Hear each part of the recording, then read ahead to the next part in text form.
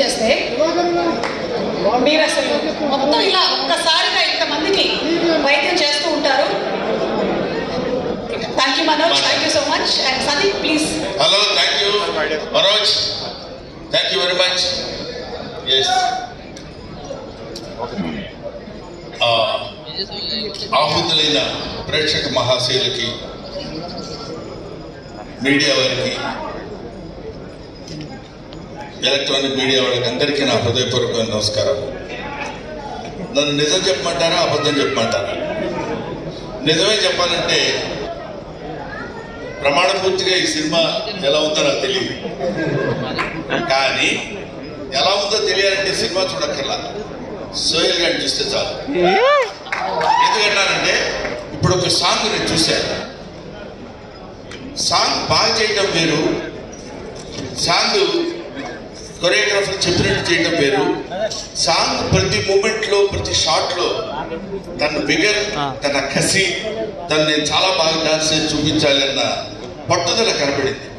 ఆ పట్టుదల సాంగ్లో ఉంటుంది, నటనలో ఉంటుంది, సీన్స్లో ఉంటుంది, అన్నింటిలో ఉంటుంది, సినిమా మేకింగ్లో ఉంటుంది, సినిమా సక్సెస్లో కూడా ఉంటుంది. ఆ ఒక్క సాంగ్ దాని cinema it's going to super duper hit. ఒకటి. నెంబర్ 2, ఈ సినిమా గురించి బ్రహ్మానందానికి పెద్ద పనే లేదనుకుంటాను. కింద ఒక సినిమాకి వెళ్ళాడు, వాడు సినిమాకి వచ్చాడు, వీళ్ళకి ఇదే పనేమో అనుకుంటారేమో, నాకు తెలీదు. కాకపోతే మై మోటో ఈజ్ చిన్న సినిమాలు, చిన్న ఆర్టిస్టులు, చిన్న అంటే ఇన్ ది సెన్స్ అప్కమింగ్ అని. ఎందుకంటే ఇంగ్లీష్లో ఒక మాట ఉంది, అదేంటంటే you can criticise an old man because you know what he is. Don't criticise an young man because you don't know what he will be అని. కాబట్టి తర్వాత వీళ్ళు ఎలా అవుతారో ఏంటో తెలియదు. ఇప్పుడు నా ఎదురుగా కూర్చున్నాడు రోషన్ గారు, రేపు పొద్దున వాడు ఒక అమితాబ్ బచ్చన్ అయినా మనం ఆశ్చర్యపోవాల్సిన పని. కాబట్టి ఎప్పుడెప్పుడు ఎవరెవరు ఏమవుతారో తెలియదు. ఇలాగా చిరంజీవి గారు కూడా ఒకప్పుడు మామూలు ఒక చిన్న నటుడు మాత్రమే. ఆ తర్వాత ఎవరి స్టార్స్ ఎలా ఉన్నాయో, ఎవరి గొప్పతనం ఎలా ఉందో, ఎవరి టాలెంట్ ఎలా ఉందో, ఎవరి డెస్టినీ ఎలా ఉందో, అలా మనం దాన్ని మలుచుకుని మన కష్టం మనం చేసుకుంటూ వెళ్ళిపోతే ఎప్పటికైనా సరే నీళ్లు పడక మానవు. తవ్వుకుంటూ తవ్వుకుంటూ తవ్వుకుంటూ వెళ్తే ఒక్కోసారి 100 అడుగులకే పడతాయి, ఒకసారి 150 అడుగులు పడతాయి, ఓసారి 1000 అడుగులైనా పడదు, అయినా సరే పడతాయి. ఎందుకంటే భూమిలో నీళ్లు ఉంటాయి కాబట్టి. ఎప్పటికైనా మన అదృష్టం మనకు ఉంటుంది, మన ఖాతా మనకు ఉంటుంది కాబట్టి. So I believe in that. ముఖ్యంగా ఇతను నాకు ఫోన్ చేసి, గురుగారు నేను ఇట్లా సినిమా చాలా ఇదిగో మా వేణుగోపాల్ చెప్పాడు ఇందాక, బెక్క వేణుగోపాల్ చెప్పాడు, దీని గురించి చరిత్ర అంతా చెప్పాలంటే అతను సినిమా తీయొచ్చు అని. కాబట్టి అది కాకుండా ఈ పడినటువంటి బాధలు కొన్ని వచ్చిన టూకీగా 1-2 చెప్పేసరికి నేను డెఫినెట్గా వెళ్దామనిపించింది. కాకపోతే ఇలాంటి సినిమాలకి రావడం వల్ల ఏమో బ్రహ్మానందం వస్తే బాగుంటుంది, నలుగురికి కొంచెం ఉపయోగపడతాననే అభిప్రాయంతో వాళ్ళు ఉన్నారు. కాబట్టి అది నిజమో కాదో నాకు తెలియదు, కానీ నన్ను పిలిచినందుకు వాళ్ళకి నేను ఈ విధంగా ఉపయోగపడితే, because I became old, I became కొంచెం ఆ తర్వాత తరం వాళ్ళు వస్తున్నప్పుడు యూ కెన్, అంటే if you allow others you will become first man, if you don't allow others you will become last man. కాబట్టి I don't want to be last man, I want to be first man. కాబట్టి మన ముందు అలా వెళ్ళిపోతున్నప్పుడు వెనకాల వాళ్ళు వస్తుంటారు, you should allow them. అప్పుడే మనం గొప్పవాళ్ళం అవుతాం, గొప్పవాళ్ళ ఉంటాం అనేటువంటి భావన.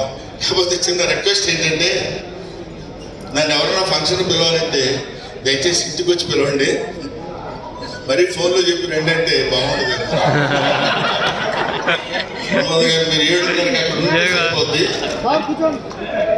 నేను వాడికి ఫోన్ చేసి చెప్తాను మీకు, 7:40 మీరు ఇక్కడ ఉంటే సరిపోతుంది అని చెప్పాడు పాపం ఫోన్లో.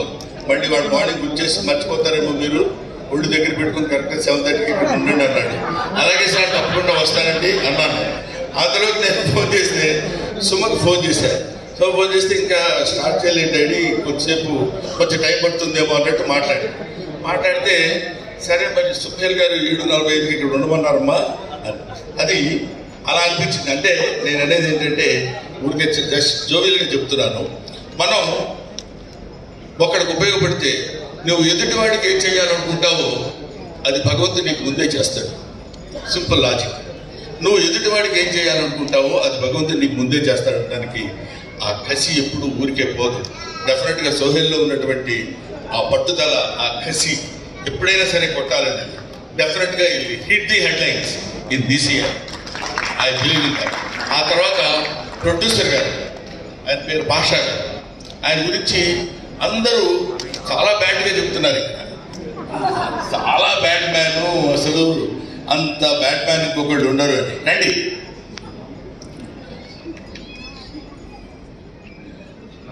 ఎందుకంటే ఇలాంటి వాళ్ళు సినిమాలు నమ్మి, స్టోరీస్ నమ్మి, కథను నమ్మి సినిమాలు తీసేవాళ్ళు అతి తక్కువ మంది, అతి కొద్ది మంది, అతి అరుదైన మంది ఉంటారు. అటువంటి వాళ్ళలో భాష దీనికి ఇంతటి శ్రద్ధ తీసుకుని ఇది చేశాడు అంటే డెఫినెట్గా అందులో ఏదో ఒక అద్భుతమైనటువంటి విషయం ఉంటుంది. కాన్ఫిడెన్స్. ఎందుకంటే బిజినెస్ పీపుల్ వాళ్ళ పై కనపడు, ఊరికైతే సినిమాలో సంబంధం లేనట్టు కూడా అమాయకంగా ఉంటారు. కానీ ఎక్కడ ఏది పెడితే ఎంత వస్తుందో మొత్తం తెలిసినటువంటి చాలా గట్టాడు వీడు. సో ఇది తర్వాత ఇందాక రైటర్ ఆయన అంటే రాకేష్ మరి రెచ్చిపోయాడు. అదే అది అంటే స్వయం మందేనా life. Very good. Wish all the best Rakesh.